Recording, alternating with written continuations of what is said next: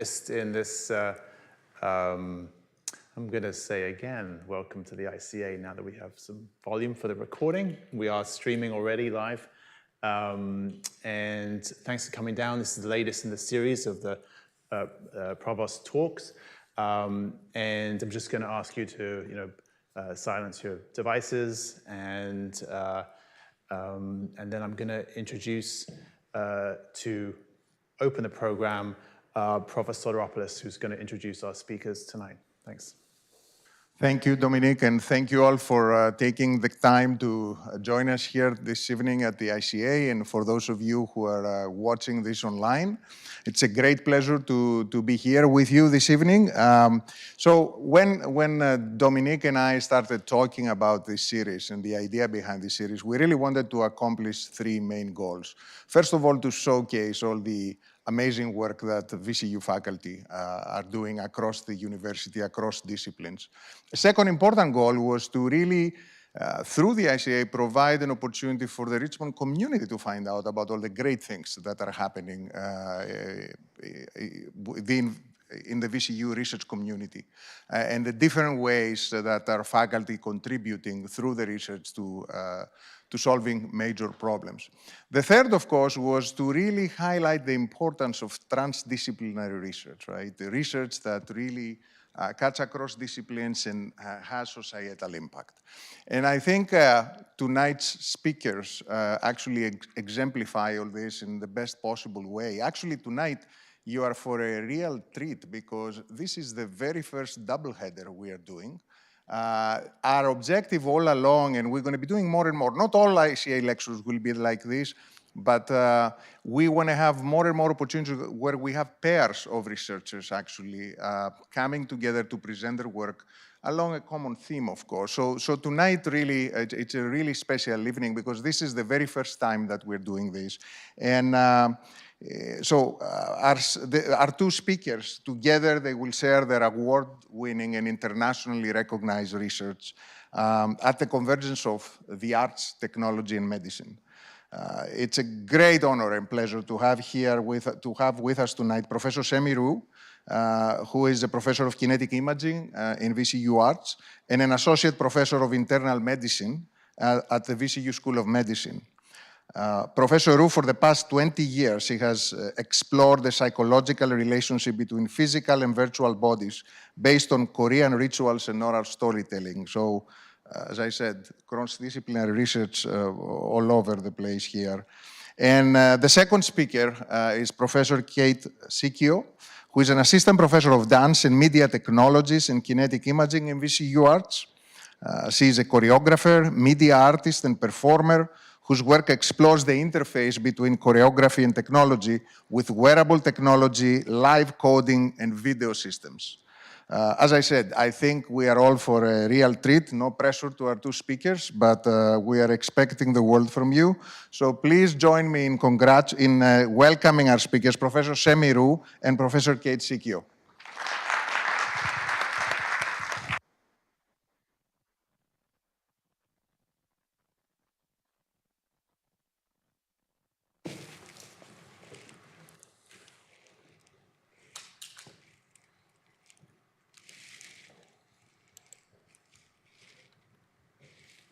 Thanks for a wonderful introduction for this, and thanks for inviting us for this special opportunity.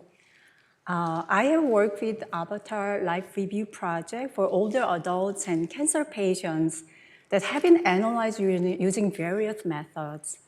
Today, I want to use this opportunity to highlight transcultural aspect of Avatar projects.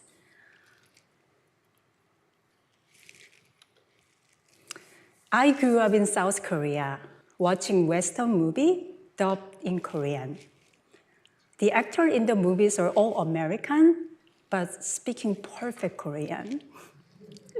The strange combination of Western body with Korean voice created hybrid body and reality that perfectly made sense in my childhood. Voice acting was so fascinating. It transferred one to another being, playing out alternative body and life story. Later, this idea has evolved to my virtual puppetry. Korean society is based on Neo-Confucianism, which emphasizes the corporeality of the female body, the very aspect that men are supposed to transcend as virtuality of the body. Women are trapped by the physicality of the body, mainly as a reproductive machine. I was searching for virtual bodies to explore new self-perception and meaning construction. Beyond moral action and integrity stressed in social body within the Confucian ideology, my gaze, speech, body, and mental engagement allow me to access and perform my virtual bodies. Performativity has been largely discussed in the context of self-perception and identity through physical body. However, in the digital age, we need this discussion of body and performativity to be extended to relationship between physical and virtual bodies. Digital representation of body enable people to explore other selves and other relation with one's own body and to critically transcend social constraints. This understanding can be mirrored by Korean healing ritual. During the Joseon Dynasty in Korea, shamanism functioned as a breakthrough from repressive Confucian philosophy concerning women and the oppressed. The Korean emotional state called Han was developed by the oppressed over a long period of time and became a source for activating Korean healing ritual good. Han is a paradoxical state of consciousness that combines extreme state of grief, but with a great hope for overcoming situation seemingly impossible. Good functioned as a safe channel for the oppressed to become and perform virtual bodies, transcending their physical states. Their Han functioned as a springboard to jump up toward the alternative state of virtual body. Virtual body cannot be activated without strong wish to overcome physical and social limits. Through Han, we experience virtual bodies that respond to our desperate longing for healing. The first development of the Avatar Life Review Project was the Voicing Elder Project, designed for older adults at Gayton Terrace Senior Living. Voicing Elder Avatar were designed with real-time lip synchronization and mirroring body movements. One of the powerful performances came from Mrs. C, who showed repressed memory about her father, which is related with Han. Before storytelling, Mrs. C carefully checked to make sure her physical body was connected with the avatar body, checking lip sync and body detection, showing a strong wish to become a virtual body. At the end of her story, she said, I want to erase that from mine. I want to erase that from mine. I have deep feeling and love for Christ. Help of my prayers and help me to forgive my father. At the end, she burst into tears. Her repressed child memory became a source of her Han. From Han, she was able to powerfully connect to virtual body and eventually use it to express her feelings for emotional release. Another Korean emotional concept, Jung, explains the relationship between physical and virtual body.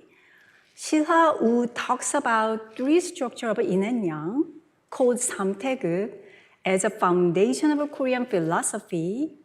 He described the dance of samtaeg as a repetitive circulation of the energy, sky, earth, and human in swirls. There is a Korean nostalgia for wholeness demonstrated in this dance.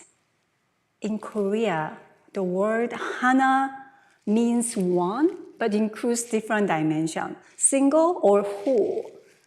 Jung is a strong nostalgia towards infinite oneness, moving from single to whole one. Jung can be explained in Mrs. C's mimicking behavior. In voicing elders session, her physical body kept voluntarily mimicking the avatar body to connect itself when the technology failed to do so. Technically, the avatar was designed to follow the user's body movement, yes. But her physical body mimicked the avatar motion when the detection error was happened. Jung can be also found in avatar selection process as well, which provides more than 60 options for virtual body that included 4 developmental stage for ethnicity, gender, and fashion. In Voicing Han session at Massey Cancer Center, Mrs. T was excited to navigate all of these options and ended up choosing young adult Black woman avatar wearing a blue dress. From the beginning, she was very empathetic to each avatar on screen. She related each avatar with her family member, relatives, showing lots of Jung. Starting from Jung, Mrs. T was able to powerfully immerse herself into her avatar storytelling, which results in altering her chronic pain perception on her left arm. Her left arm was in severe pain with cancer, but she used it a lot during storytelling, forgetting about the pain. During most of the Voicing Han sessions, an emotional connection like Jung was built between the participant and the avatar quickly. Most of the participants started having a personal relationship with their virtual body during more than 30 minutes of her personal storytelling and wanted to express emotional connection when the session was finished by hugging, waving, and kissing to the avatar, as if the avatar was alive. After virtual bodies are accessed by various means, we can perform our virtual bodies with great emotional involvement. The Korean healing ritual Good provides diverse approach to performing virtual bodies based on 2 ways of understanding good. One as a sacred ritual, the other as a dramatic art. Korean shaman has 2 types, northern type, southern type. And northern type is characterized by ecstasy and trance, have ability to communicate with spirit directly. Southern type, by contrast, do not have this ability, but have been educated to perform good, practice really hard, acting, singing, dancing, and perform complicated ritual procedure. They perform virtual body by imagining the presence of God or the spirits to achieve transformative state during the ritual. During the Voicing Elder live review, there was an interesting case showing both aspects in gradual change in performer's consciousness. A participant gradually transitioned from the past to present tense in his storytelling. From past to current event, and eventually from dramatic enactment to living reality. Mr. W started using a child avatar and talked about the challenge he faced in writing course during elementary school year. These are memories from more than 80 years ago. And he started his story in past tense, tracing back his memory. However, in the middle of his storytelling started changing to dialogue between himself and teacher using present tense. After a while of telling his story in the present tense, Mr. W looked for his elementary teacher. Where is she? The mediator changed his child avatar to a young adult woman. Then he started to make conversation with this woman avatar as his elementary school teacher, as if she's alive in reality. We paused Mr. W's story because we judged he was too immersed. But all of a sudden, he moved to avatar screen by Walker and desperately tried to touch the avatar on screen. Gradual transition has happened in his consciousness from the state of remembering the past to acting out the event to a very vivid reality happening here and now with transformative consciousness, just like happening in Korean ritual. So far, I have explained the phase of wishing, facing, performing virtual bodies based on Korean healing ritual. In digital media, we don't usually discuss the experience of how we perform virtual bodies. The term like embodiment, engagement, immersion have replaced this discussion and have been critiqued as ambiguous terms in digital media. We need to examine the embodied experience further as individualized experience. They can access a variety of techniques, modalities, methods, crossing over old and new, analog and digital, for performing virtual bodies. The potential for multisensorial modality that integrate virtual and physical bodies are endless, technically. In-depth discussion of identity, self-actualization, and meaning construction need to incorporate transcultural approach and diverse modality of understanding the self and healing. This will contribute to therapeutic outcome, technical innovation, and phenomenal experience in VR, MR, AR environments. Lastly, I want to thank for my wonderful collaborator for these projects. Clinical feasibility study of voicing Han was done with VCU palliative care team, Dr. Egido Del Favro, Dr. Danielle Noreika, introduced by Dr. John Nessler. Voicing Han avatar stories were analyzed qualitatively in the lens of social constructivism and developmental psychology, working with Dr. Sarah Price, Associate in Social Work. Voicing Elder project was in collaboration with Dr. Tracy Gendron, Department of Gerontology, and Sentimental Analysis Algorithm.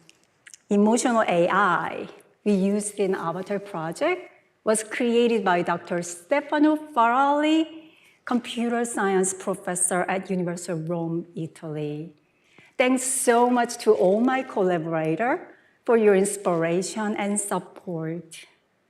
And thanks everyone for listening to my talk. Thank you.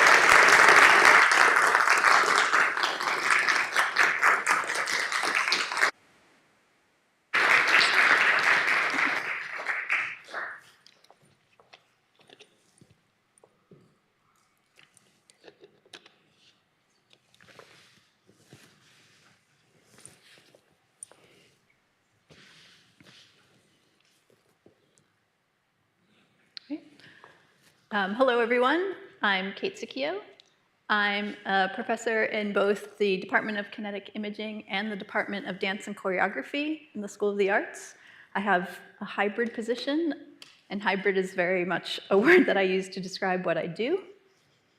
I'm really interested in this place where dance and choreography meets technology, and I'm really interested how that can change both the dance and the technology through putting them together. This has taken form in many ways in my work. I did a PhD on real-time video projection. I'm really active in the live coding community. I've used machine learning, motion capture. I create wearable technology. I've made screen dance installation. And recently, I've started making work with choreo robotics. And tonight, I'm going to talk about 3 of these projects that sort of fit into live coding, wearable tech, and then choreo robotics. So live coding is a really specific practice. It's the idea that computer programming can be a performance. So in general, live coding is where people write code using a programming language in order to change a process live. So rather than writing code, compiling it, and then running it, live coders write code while a computer reads it and processes it. So this idea that there is someone on stage typing and actually writing code, and usually it's also projected in the space, so you see this happening. I actually became interested in live code as a way of creating choreography, and specifically choreographic scores for a live dancer to follow. So what usually happens is I'm typing away, there's something on a screen, and a dancer is interpreting it through dance improvisation. I've been doing this for like 12 years, and during that time, I've realized more and more that I need my own tools to do this. So I started creating my own programming languages, specifically for choreography. And also part of that is I don't want to use necessarily computer terms. So all of my programming languages actually use choreographic terms in order to program the computer. So just to give you a little bit of what that looks like.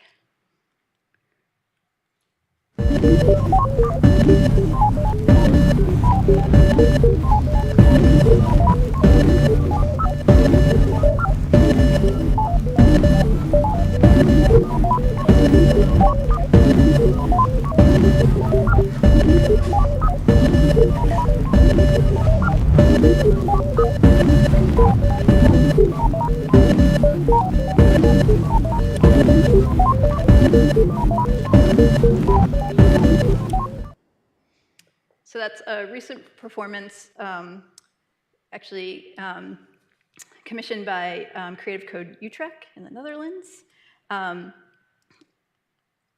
with my programming language, Tripsicode. So what's happening here is that I'm actually typing instructions to the computer, and it's making a visual score with those images you saw. So the order of the images is being determined with sort of dance composition words that I'm using. If I have a bunch of images in a row and I want to reverse them, I use the term retrograde, right? That's what we would use in the dance studio. So it's like I'm trying to talk to the dancer like I would in the studio, but I'm typing it to my computer. So that's the idea behind Tripsicode. I'm currently working on a new language that's actually specifically for choreographing avatars in a 3D space.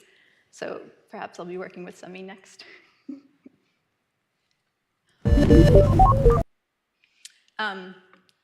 The next work I want to mention is called Feeling Distance. So this is definitely my COVID piece. I'm really interested in wearable technology and specifically haptics. So how do we get feeling on the body? I actually call Feeling Distance my Internet of Things meets social distancing meets dance piece. So I wanted to make a haptic communication piece with inflatables. And I wanted it to be that these inflatables would somehow communicate with an audience, because the audience wasn't there, right? This piece ended up being live streamed. So the audience would have to log into a website and watch it on a little screen as it was being filmed live. And what I wanted was that the dancers still had a sense that the audience was there, that someone was out there. I also wanted them to have a sense of touch. When we were teaching during that time, all of our dancers had a 10 by 10 square to dance in. We weren't allowed to do any partnering, any contact work. It was really hard as a dancer who's used to like sensations of other bodies.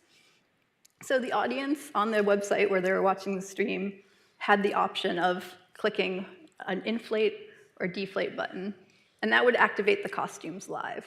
So as the audience was watching, they were also participating in the dance and also sending a sense of touch and breath because it was an inflatable to the dancers. So I'll show you a little clip of that as well.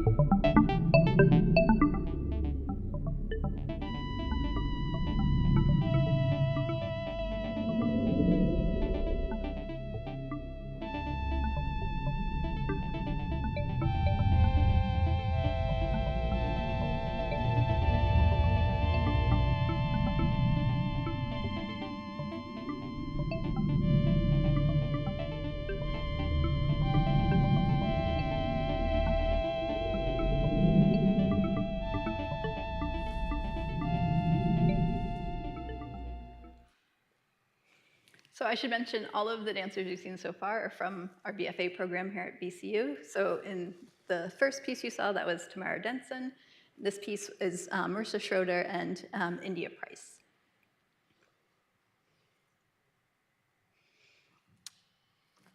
And then the last piece I want to talk about tonight is called Amelia and the Machine. So this is my first foray into choreo robotics. It's a collaboration with Dr. Patrick Martin from the engineering school in the Hive Lab. And when I decided to start working with robots, I think a lot of people conjured this image of Boston Dynamics. I was cringing. To use a term coined by a colleague at Brown University, Sydney Skybetter, he always says, oh, they dance wash the robots. And what he means is that after the fact, they're adding a dance, right? They're making this system, and then afterwards, they're having it do some kind of like uptown funk. Everyone thinks it's okay. I'm not interested in that. What I'm really interested in is how does this moving system learn from a dancer who's already an expert mover? And I think that's a much more interesting collaboration than putting a dance on a robot. How does this robot and a human collaborate and make something creative and expressive together? And sort of that's the starting point for our work together in this piece. The other part of this that's really interesting is, yes, we made a dance piece, but also the other half of this work is that there's technology here too, right? So in addition to the piece and the performance, there's also a brand new algorithm that we created, this learning from demonstration algorithm. So through making the art and through our methodology of making this piece, we also made technology. It didn't have to be the other way around, make the technology and then make the piece. It completely happened together. So that was really special. So I'm gonna show a short clip from this as well.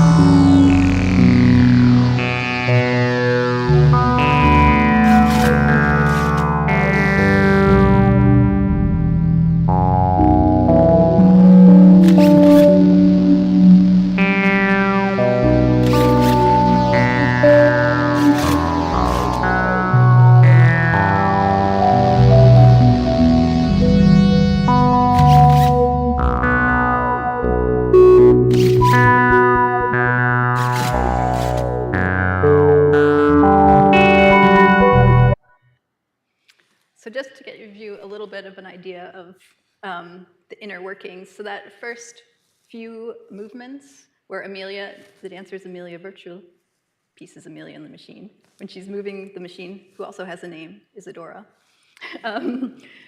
she's actually teaching the robot that gesture. She's doing it through actually moving the robot. And this is where it becomes interesting. She does it 3 times, it learns it, it's actual machine learning. And then throughout that piece, that gesture returns. So on the night of the show, she could improvise and do any kind of gesture there. And it would show up in the piece. So it can be different every night. It has this moment of real-timeness, has this moment of improvisation that I'm interested in. And so you can actually chart this. Here's the engineering of this. So this shows, the 3 gestures being plotted and then how it's actually then throughout the piece. So I think what's interesting about this work, like we're really just scratching the surface with this. There's so much more that we have to teach these robots through our dancers and through interacting with other humans. And this is something I'm really interested in. I really am keen to do this with 2 dancers and 2 robots and have a long-term goal of improvising instead of just this moment of improvising, but having a further use of improv in the performance. So if I could leave you with one takeaway from my work, is that art making isn't just decorative. Art making is a methodology, and it allows us to make new technologies and to further understand our world. So thank you.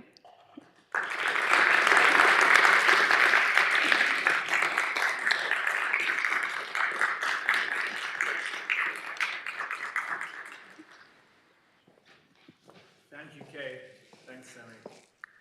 So we're going to use our time now for some questions, some conversation here. And as previously in the series, we had quite a few questions sent in advance. And once again, I'm going to do my best to kind of speak from those questions, because it would take a while to go through them all precisely. But they definitely group into some categories. So if that works for you, that's how we'll go about this. And as I say, we should have a little bit of time also for some questions from some of you who are here. So the first thing that came up, this is the question that really stood out for me from the list. And I'll read a bit of it, and it expands even more in my mind.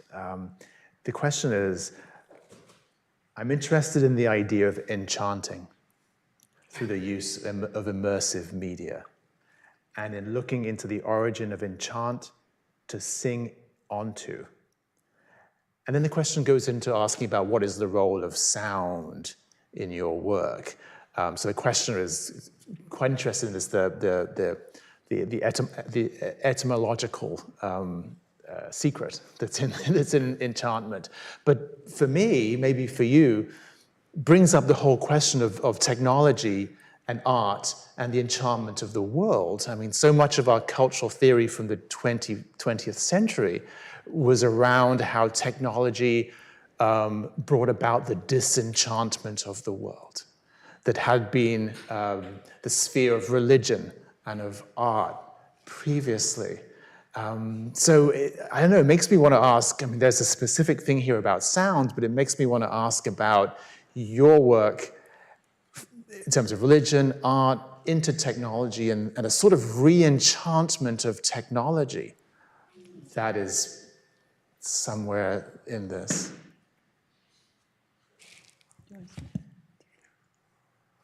Yeah, I think for me, maybe I haven't quite found the enchantment, and that's why I keep making work like this. And I've used a lot of different technologies too, is because I'm always trying to find like, is it like really expressive? How do I make it expressive? And that's also maybe why I've gone into making so many of my own technologies, is to fine tune that moment where like, oh, maybe if I just, use my language, it will be, more magic or get what I'm after, And I can, sing more onto the tech.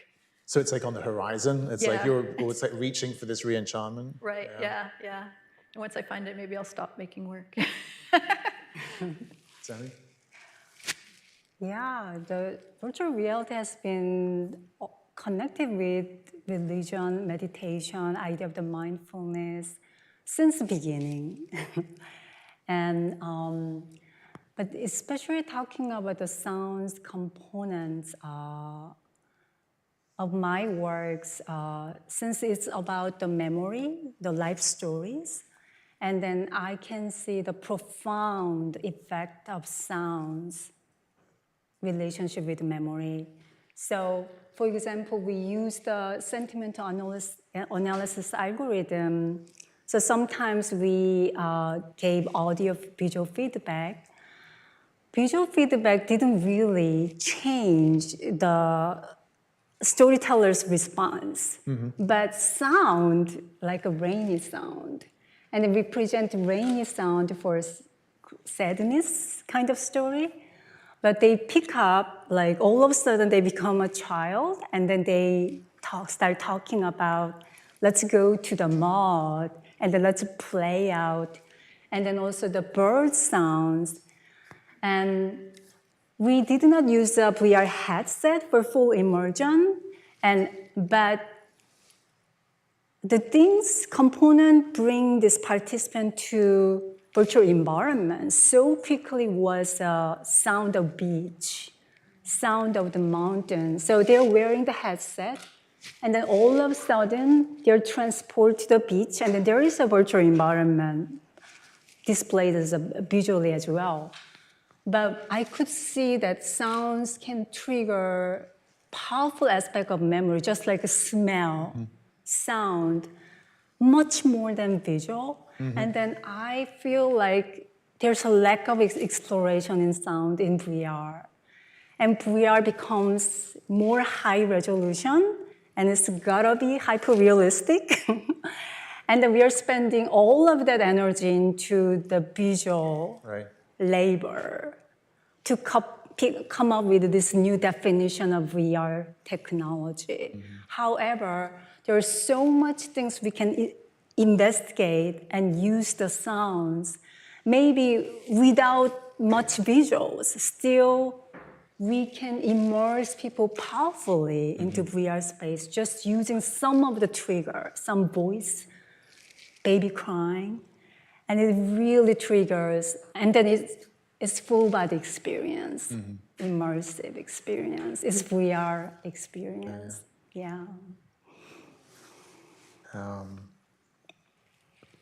There were, where to go next? There were quite a few questions that came in around art, healthcare, elements of service, perhaps. There's some questions around the sort of, well, here's one. How do you expect medicine and art to merge and thereby shape the next generation of providers? There's, you know what it reminds me of a little bit reading this? The American Alliance for Museums a couple of years ago brought out a work of futurology about museums, and I think it was 2040 to my recollection. And the vision for museums was the merger of health centers and museums and libraries, in fact. So that's from the point of view of somebody responsible for an institution, but in terms of practice, do you see a sort of a convergence that is a path that we're on?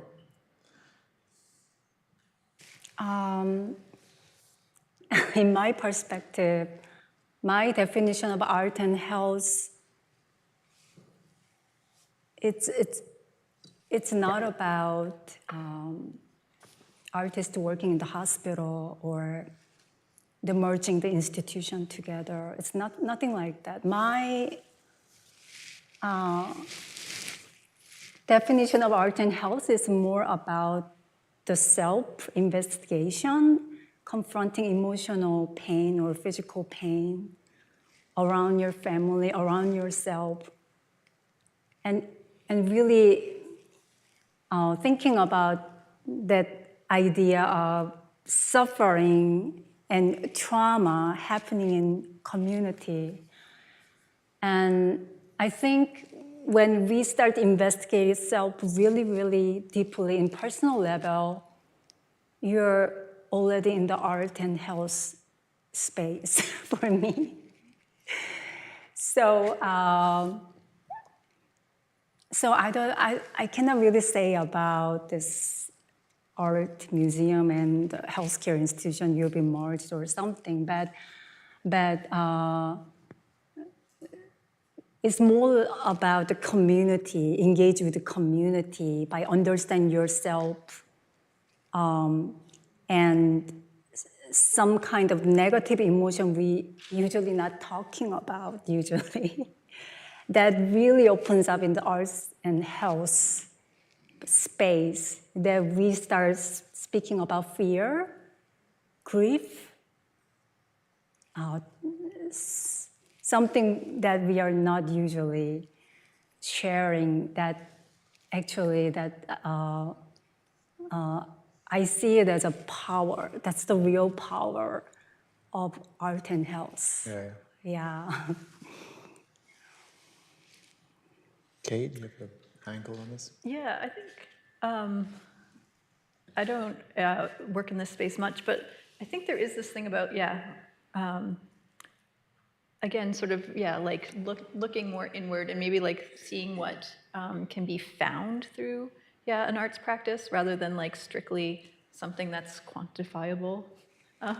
Maybe is like the future of that kind of merger is that, it can be very qualitative and it can be, more about a feeling or, a han or something spiritual rather than always being this kind of, thing. I think of things like that we can learn from art, like empathy or, like what does a nonverbal expressive body look like, or these things. I feel like is where art and medicine could be really potent. Yeah. So it's more finding the sphere of existence where these modes are already together rather than merging disciplines in a way.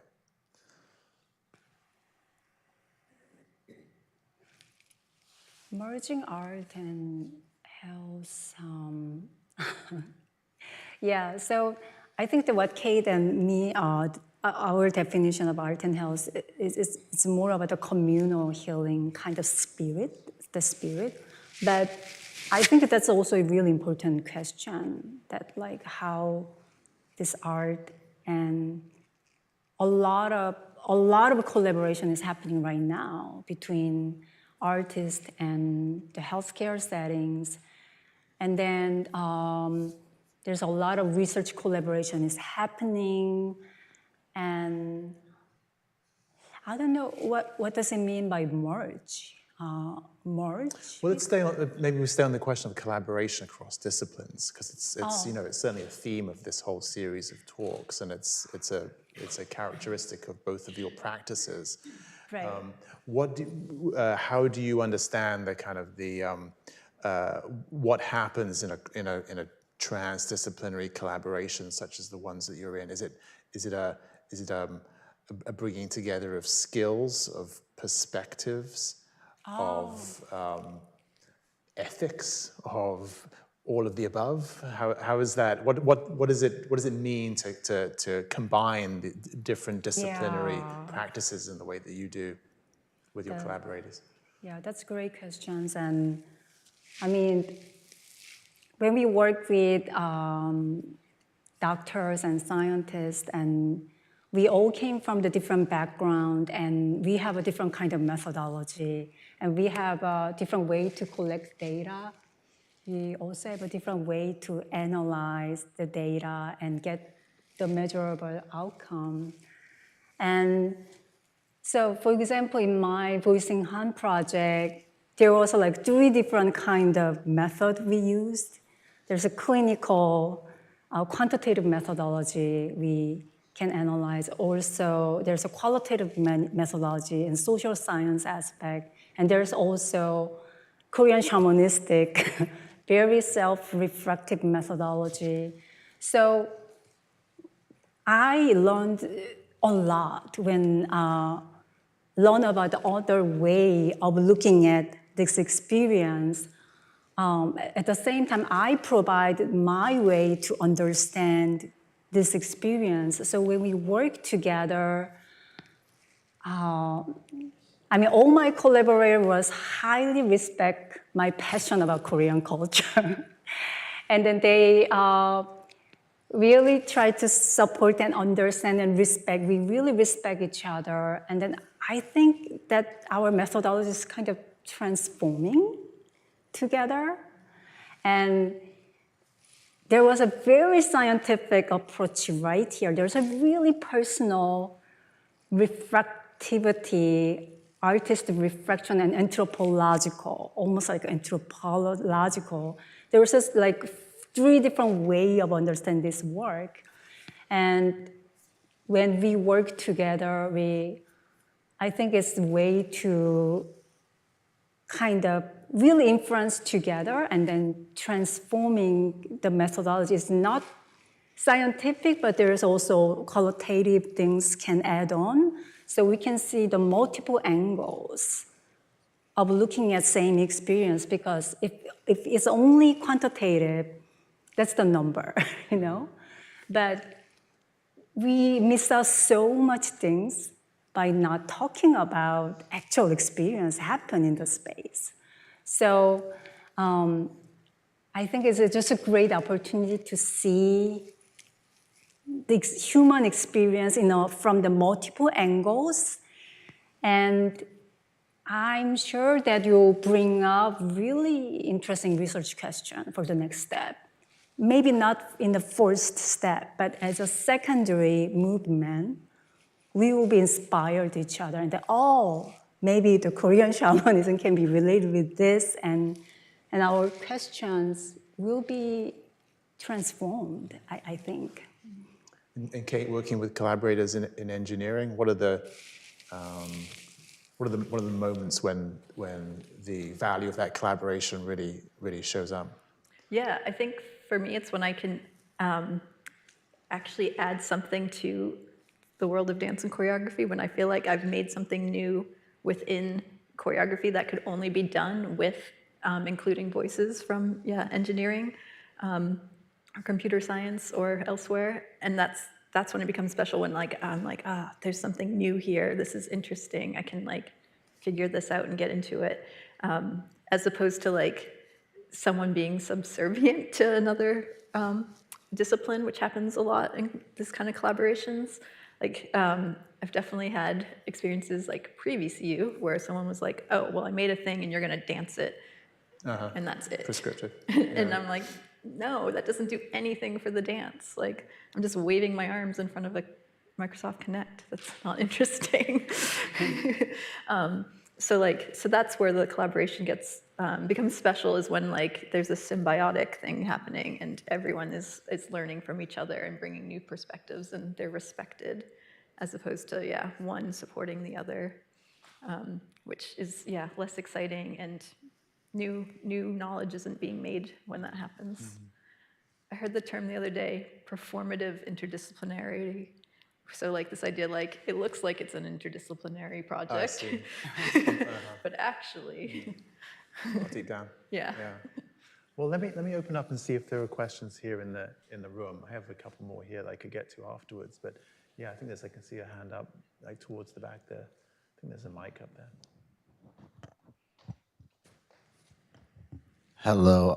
How often do you guys run into stumble upon something new that you didn't expect, but it changes the course of your work?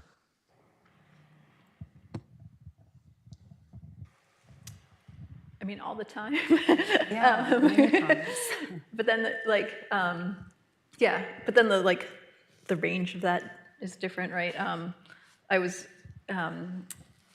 doing a lot of things with camera tracking systems, and I was like hacking all these cameras, and just like the word hacking became really interesting to me at one point, and like just this idea of what hacking was totally pivoted my work for a while. And I went from doing, all this like, computer vision stuff to just coding, because that was more interesting and more aligned with this idea of hacking that I was interested in. So like, just a word even can totally pivot my whole practice. But it happens all the time on every scale. Like when we discovered like, oh, there's something really to moving the robot arm and it learning, like that was huge. And that became like, this is how we start the piece, like, because this is a big moment for us. So yeah, it happens all the time. It happens to me as well. And then I was there was a certain kind of expectation when I hypothesized, I had a hypothesis that this one gonna work this way. And actually, when I work with older adults and cancer patients, many times it actually, there's a new things I never really thought about becoming a really interesting point. That and then I realized it doesn't, and then that is actually what is it? Like inventive problem making. So you're actually learning greatly from the problem if something actually not happen, just not like I planned, but actually I'm always writing the field notes and then really sometimes blame myself about why I didn't really think about this fact. But this is the beauty of the working in the community and then real people.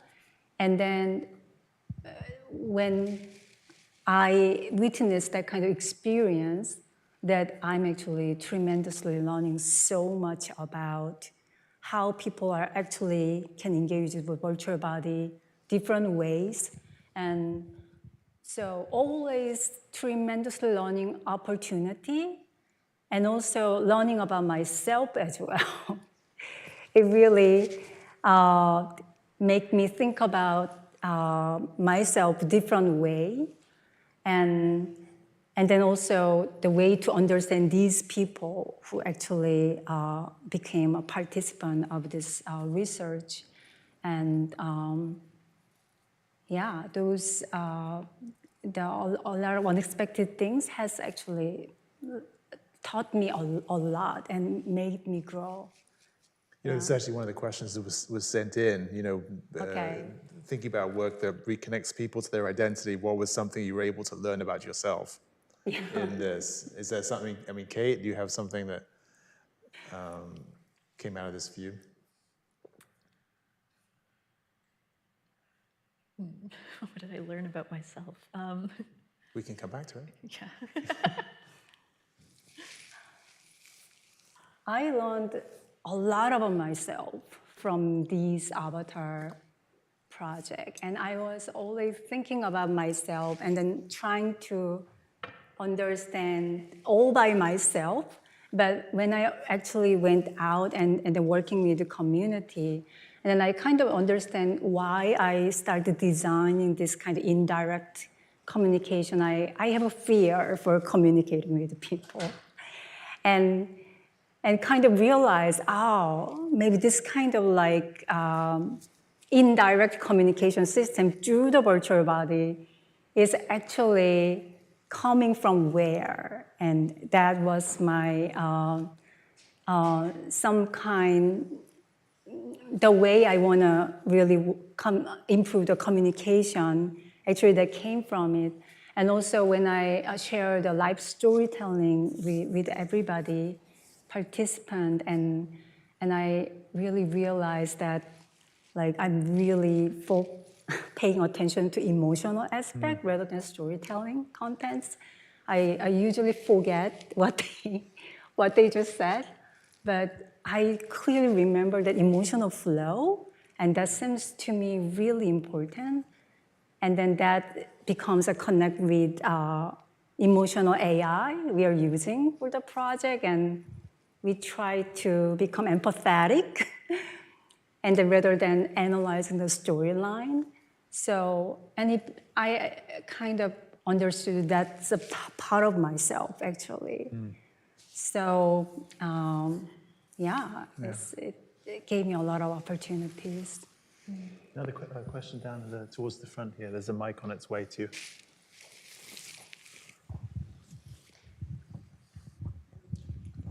Thanks. Yeah, Semi, I'm curious about your work with the avatars and the characteristics that you changed. Because you can think about, you could change the size of your avatar. Right. You could change, obviously, gender, ethnicity. You can change a number of features. What were the primary features that you ended up manipulating to change, to affect emotive changes within your subjects? Yeah. So right now, we created 64 options of avatar. And we didn't have a chance to play with the body size or like a different kind of shape. We were focused on different kind of ethnicity and genders. So, and for developmental stage, so it becomes like 64 options, but there is so much possibility we can kind of like providing the different heighter and different weight of the body, and then have a different kind of perception, hybrid body perception, connect with avatar. And that is, that is a lot of possibility to working with the physical medicine right there. But so far, there was a really interesting case. The people tried to use, there's a white man, but wanting to use a black avatar for live storytelling. And then I asked why you chose the black man. And then this man said, I think I feel comfortable. I feel it's going to be more comfortable for me to talk as a black avatar, and I don't know why. But it was really interesting when this white man used a black body, and we need to investigate more about that. But there was also gender switch was happening, and someone wanted to use a different gender body, and then they feel more comfortable talking their life story, being a different gender body. Also for older adults, they usually select young adult woman because I think it's kind of connect with their perceived selves. The older adults doesn't think they are that old. They never select old woman avatar. They always select this young adult, never teenager. So it's really interesting. What is their perceived self? And so there is a different method to choose their avatar for different reasons. It can be their actual self, ideal self, perceived self, and psychological self. But for some reason, most of this senior, they use the young lady, and then it seems like they're really connected with that body, and that's how they perceive themselves. It's like themselves in their prime. Yeah. Like that, yeah. So, there are a lot of things we need to study in that relationship. Yeah. We'll take one more. Thank you. It was just a crossover for Kate, thinking about scale with a robot. I mean, that piece is so deeply emotional, which caught me by surprise. But I wonder if scale of the robot is intentional or if it's just a budgetary or what's, technologically possible. Yeah, the scale is interesting, isn't it? Yeah, I mean, we purposely are using these sort of open source cheaper robots as part of the research. So it's like the base is a Roomba. Without the arm, it's just a vacuum. So yeah, so there is like something to it being small, like technically, but also, yeah, it reads as like almost like a toddler or yeah, a child. And like many people have come up to me and because I have a 4-year-old, they're like, "This is your piece about your son, isn't it?" Teaching him how to move. So yeah, people definitely read it as like this, like yeah, parental-child relationship because of the height. Because I think also because of the teaching aspect. But yeah, so that, and you do see them like form a relationship over time. So yeah, there is something, the smallness definitely reads a certain way in the piece, for sure, yeah. Can I ask something? It's a little bit of getting into some detail with that work. If you bracket out the robot, how are you thinking about the aesthetics of the dance? Like, how do you think about what traditions in modern dance to draw upon for the piece? Yeah, well, all of my choreography is very heavily inspired by like postmodern choreographers. I've worked with Yvonne Rainier. I've worked with the Pass Forward show that Baryshnikov put on of all the different 70s and 60s pieces. So like that's really crucial to my work. So this idea of like the gesture rather than the ground movement is really important to me.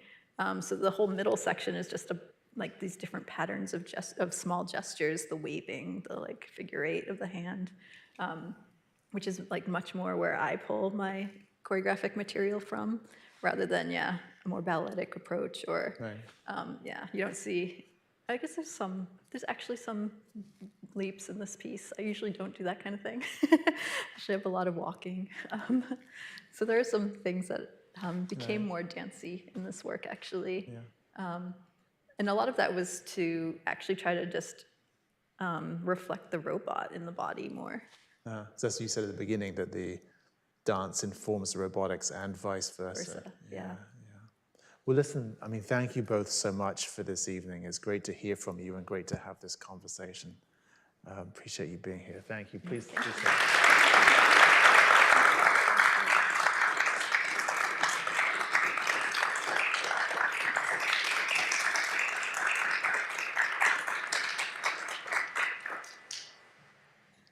So this is the last in the series for this semester, correct, Jamie? Yeah. So we'll be back next year, and we plan to do about 3 of these each semester moving forward. So looking forward to seeing you all back for that.